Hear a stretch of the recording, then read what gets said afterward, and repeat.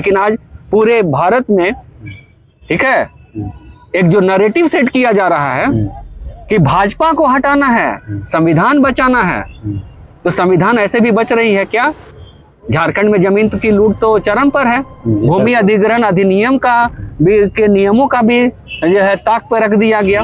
विस्थापितों का आप स्थिति आज देख लीजिए क्या है। जी, संविधान की बात बोलने वाले खुद संविधान को तोड़ते हुए। जी, ये केवल पब्लिक डोमेन में एक नैरेटिव सेट करके जनता को बुड़बक बनाने और बेवकूफ बनाने का काम किया जा रहा है कि हम सबसे बड़ा संविधान को मानने वाले लोग हैं। लेकिन वास्तव में झारखंड और भारत देश में जो संविधान का जो मूल भावना है, मुझे आज लगता है कि कोई भी पार्टी उस चीज को मान नहीं रही है। भारत के संविधान में जी आर्टिकल 368 भी है, जिसमें अमेंडमेंट का प्रोसेस है कि संविधान में आपको अगर कोई संशोधन करना है, एक बिल लाकर आप मतलब मेजोरिटी लाकर उसको एक एक्ट बना दिया दे सकते हैं। आज जो है सत्ताधारी जो दल है केंद्र में, उसका मेजोरिटी लोकसभा में भी है, राज्यसभा में है। वक्फ बोर्ड का बिल लाया, पारित करवाया, एक्ट बनाया, वो आज कानून बनेगा, है ना जी। तो आज झारखंड राज्य में भी एक विधानसभा है और विधानसभा में उन सारे मुद्दों पर बात होना चाहिए जो जन सरोकार की बातें हैं जी, जो ज्वलंत मुद्दे हैं जी। लेकिन उन ज्वलंत मुद्दों पे यहाँ पे चर्चा नहीं होती, उनको तवज्जो और प्राथमिकता नहीं दी जाती। आदिवासी भी आज विकास की कड़ी में कहीं ना कहीं अपना दायित्व निभाता है। अगर वो जमीन नहीं देता तो आज विकास नहीं होता, लेकिन उसी को नक्सली और विकास विरोधी बताया जाता है, क्योंकि जो आदिवासी मूलवासी जमीन को दे रहा है उसको लग रहा है कि जो कानून में प्रावधानें हैं उस प्रावधानों के तहत उसके जमीन को एक्वायर नहीं किया गया, उसमें कटौती की गई, और इसीलिए वो आंदोलन करता है। और जब आंदोलन करता है तो लोग उसके भावनाओं को नहीं समझते हुए ये समझते हैं कि वो विकास विरोधी है। नहीं, आज जितने भी जमीनों को देने का काम झारखंड राज्य में किया गया, आदिवासी मूलवासी के लोगों ने किया। जो नियम कानून थी जी, उसके तहत तो काम नहीं हुआ।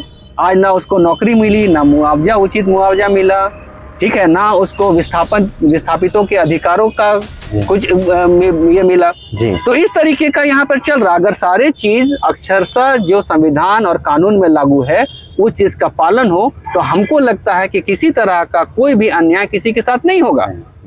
लेकिन इतने सारे प्रावधान होने के बाद भी आज सारा चीज डंके की चोट पर यहाँ लूटा जा रहा है और उसको बोलने वाला कोई नहीं है। तो ऐसा लगता है कि आज जो है संविधान को मानने, संविधान को बचाने, है ना, के नाम पर तमाम राजनीतिक दल जो है गेंद एक दूसरे के पाले में डालने का काम कर रही है और आदिवासी मूलवासी को बुड़बक और बेवकूफ बनाकर खाली सत्ता के लालच में किस तरीके से अपने सत्ता को हासिल करे, इसी की खाली बात हो रही है और कोई भी बात यहाँ अधिकारों का नहीं।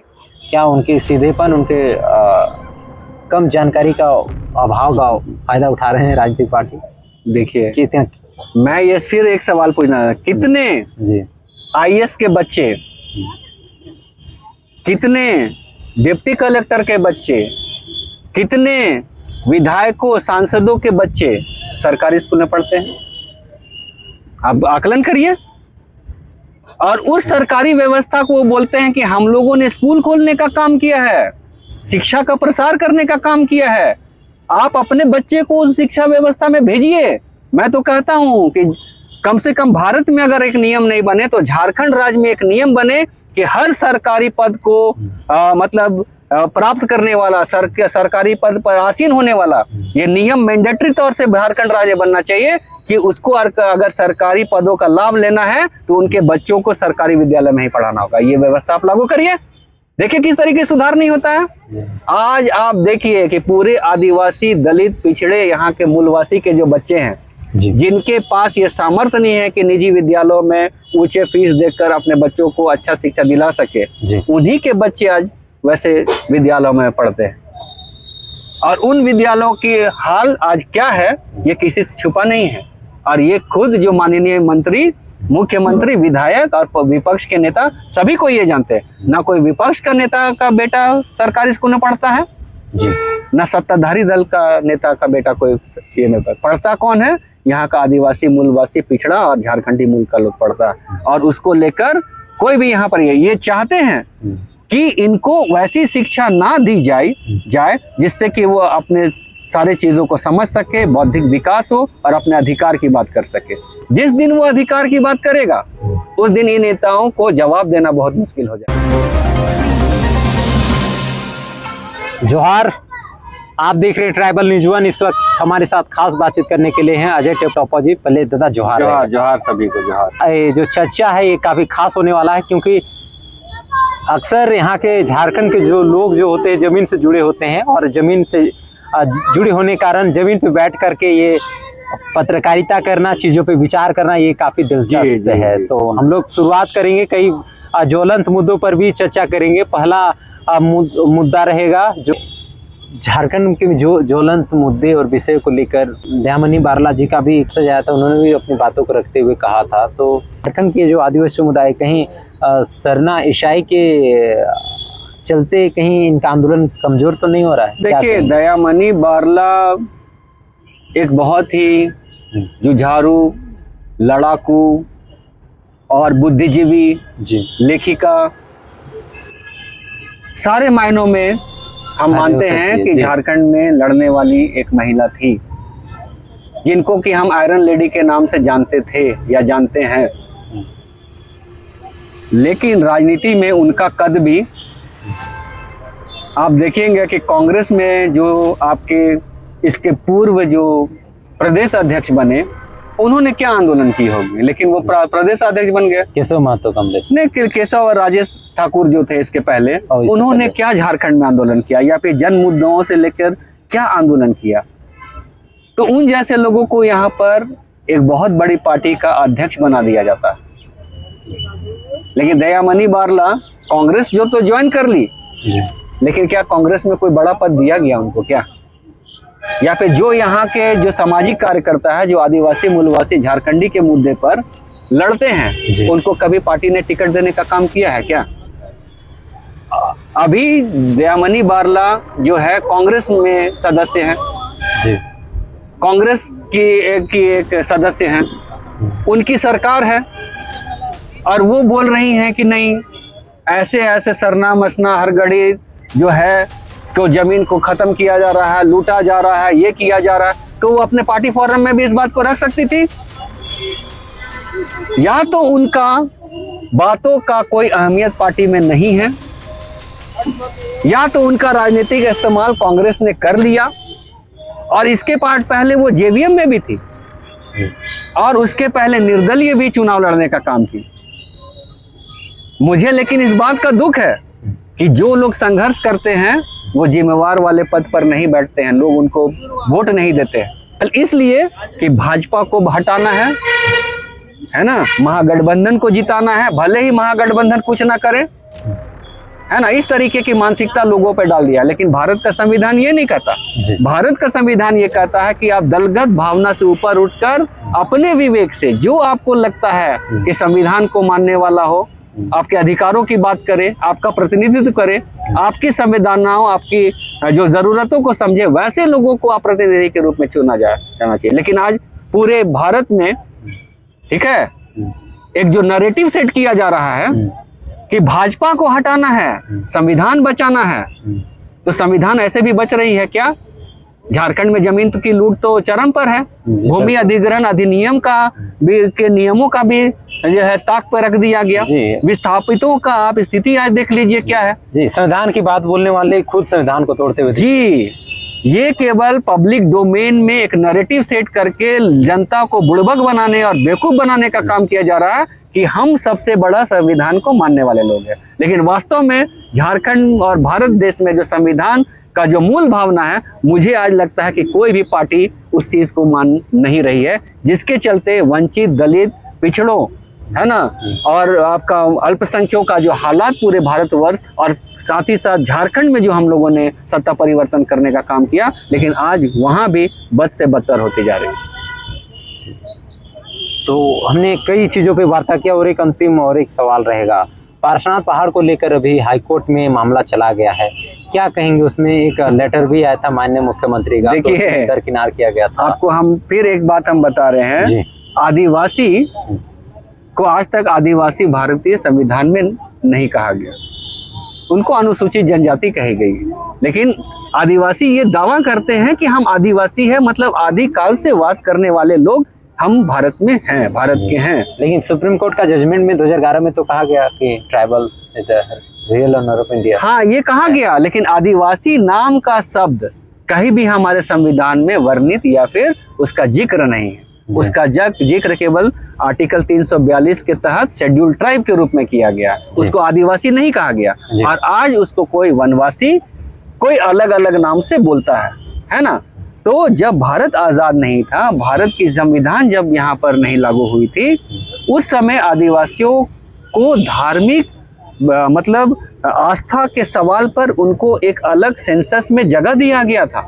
लेकिन जब कांग्रेस की सरकार आई 1951 में, जब पहला सेंसस हुआ, उस समय उनके उस अधिकारों से भी उसको वंचित कर देने का काम किया गया।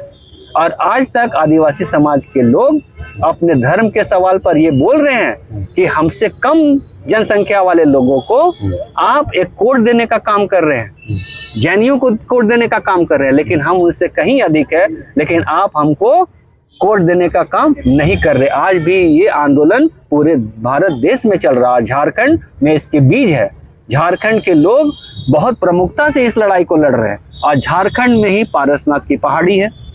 और उस जैन समाज के लोग जिनको कि संविधान में इन राजनीतिक दलों के लोगों ने, संविधान ने एक अलग कोड कॉलम देने का काम किया, वो अपने सेंसस में अपने आप को संख्या बताते हैं कि हम पूरे भारतवर्ष में इतने जैन धर्म को मानने वाले लोग हैं, कम से कम वो बताते हैं जी। और वो दावा कर रहे हैं कि पारसनाथ में जो है उनकी आस्था है। और आज आदिवासी समाज के लोग भी बोल रहे हैं कि हमारी भी आस्था वहां पर रही है आदिकाल से जी, बिल्कुल। लेकिन जब ये राजनीतिक दल के लोगों ने उनको मान्यता देने का बात ही नहीं किया आज तक, तो आप कैसे समझ सकते हैं कि उनकी लड़ाई, अन्याय की लड़ाई को कोई लड़ेगा? उनकी भावना को समझने के लिए तो आज कोई भी तैयार नहीं। अरे भारतीय संविधान में आर्टिकल 25 के तहत हम किसी भी धर्म को मान सकते हैं, और हम अगर 50 लाख 60 लाख ये लोग बोल रहे हैं कि हम सरना धर्म को मानते हैं, तो क्या उसको एक अलग पहचान नहीं मिलनी चाहिए?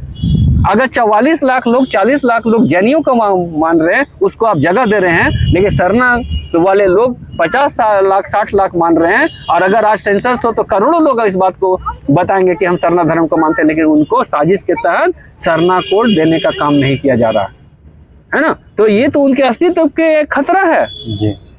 और आज उनके अस्तित्व की बात कोई नहीं कर रहा, कोई राजनीतिक दल के लोग नहीं कर रहे, ना उनका कोई समर्थन कर रहा। आप देखिए, स्वयं मुख्यमंत्री जी वहां पर जाते हैं पूजा करने के लिए अपनी पत्नी के साथ जी, वहां बलि होती है और उसके नाम पर वहां FIR हो जाता है।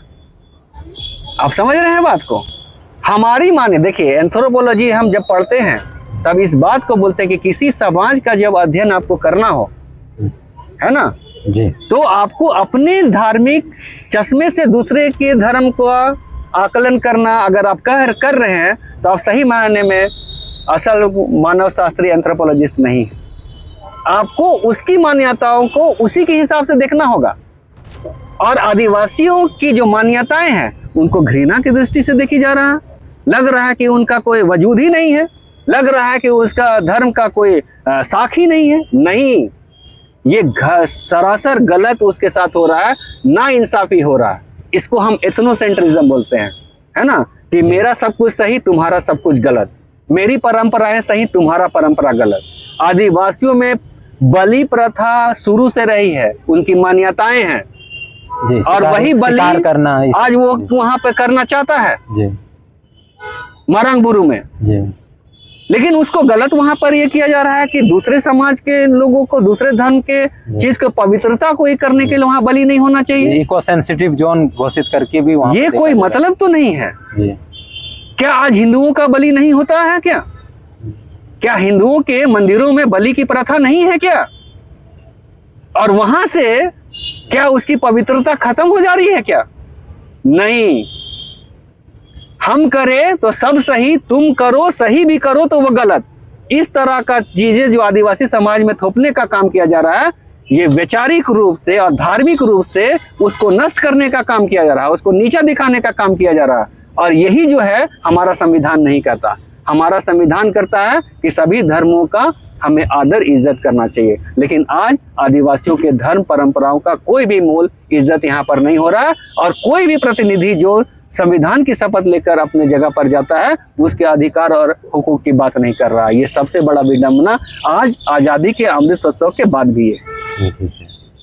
फिलहाल अभी हमने विभिन्न मुद्दों पर वार्ता की, आदिवासियों की अस्मिता, उनके धर्म, उनके संस्कृति और क्या चीज़ खतरे में है। अजय टप्पू ने स्पष्ट करते हुए कई बातों को करते हुए कहा कि न संविधान खतरे में है, न केवल राजनीतिकरण करके यहाँ के आदिवासियों के अस्तित्व को खतरे में डालकर मिटाया जाने की कोशिश किया जा रहा है। एक लंबी वार्ता हमने किया यहाँ के मुद्दों को लेकर, क्योंकि हमारी खबरें होती है यहाँ के जल जंगल जमीन की, हमारी खबरें होती है वास्तविकता की, हमारी खबरें होती है सच्चाई की। फिलहाल दादा इतनी देर जुड़ने के लिए बहुत बहुत धन्यवाद। चलिए, आपको बहुत बहुत धन्यवाद। जोहार।